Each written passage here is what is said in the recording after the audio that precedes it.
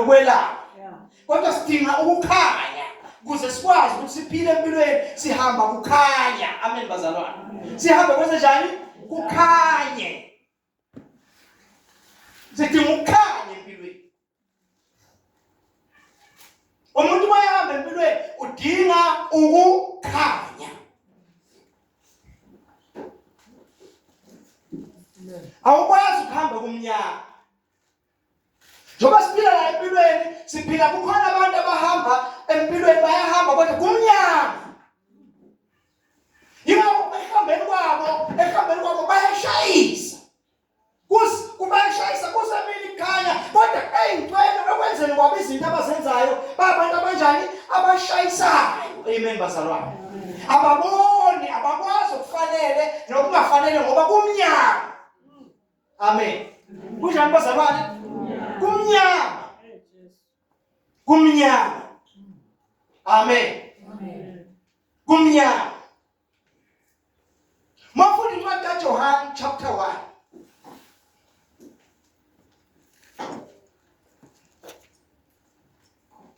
Sesivulile. Amen. Khona uvulile? Amen. Ya, funda-ke masuvulile senze nokonga isikhathi. Ekuqaleni wayekhona ulizwi.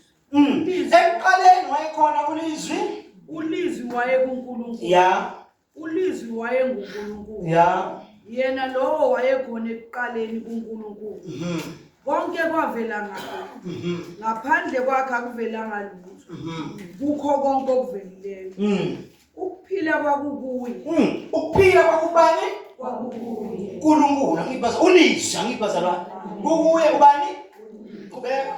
Ukuphila kwakungukukhanya kwabantu. Ukuphila kwakungukukhanya kwabantu. Ukhulume lapho.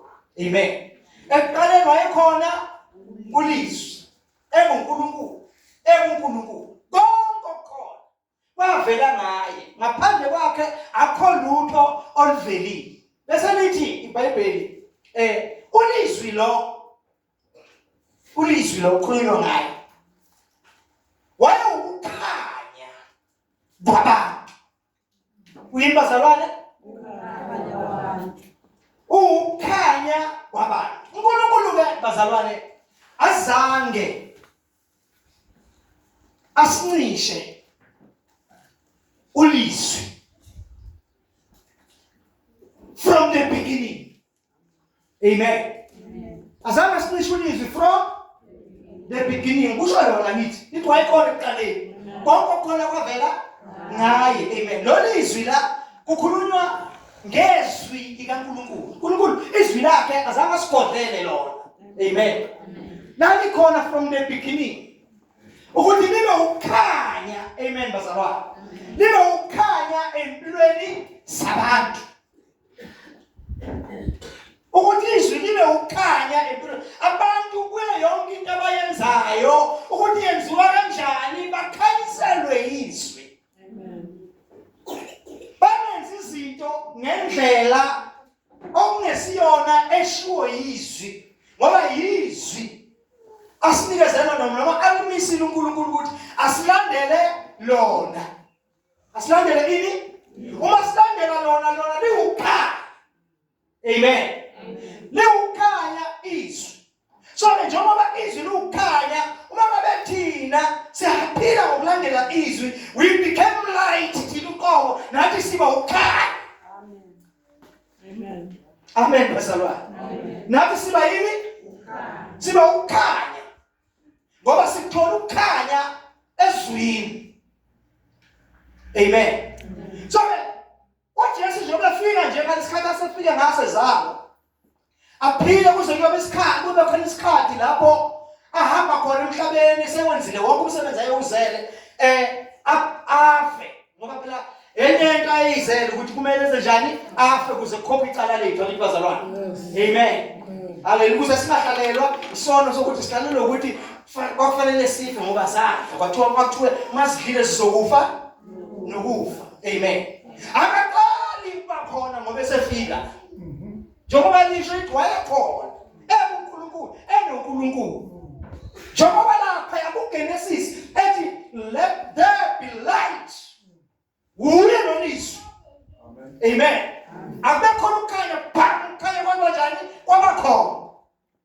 Ulizwi yonke into edaliwe idalwe ngayo. So uNkulunkulu yonke into ayenzile ukhulumile ukuze yenzeke. Akazi mina ngizwe imbazalwane. So lokho kusho ukuthini bazalwane? Why khuluma kanje? Khuluma kanje because uNkulunkulu wami. Ngikhuluma kanje because ngikhuluma njengo melusi. Amen.